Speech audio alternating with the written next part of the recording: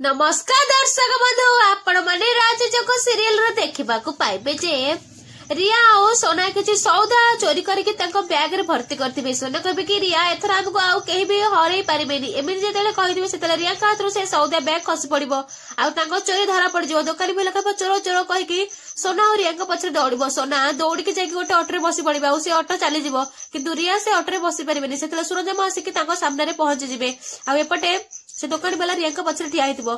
सुरंजम से दुकानी बेला मुहरे पान छुप पके देबे आ रिया को कहबे तमे एठू पळाओ नले तमे धरा पड़ जिवो। या पर रिया दौड़ी के पळे जिवे। हां दर्शक बंधु आ एपटे दियांगठू चोरी करथिबा पैसा से लोक दौड़ी दौड़ी आसी सुरंजम सहित धक्का हे जिवो आ ता हातरू सेही पैसा टी खसी पड़िबो। या पर सुरंजम से पैसा गोटे की दियांगु देबे।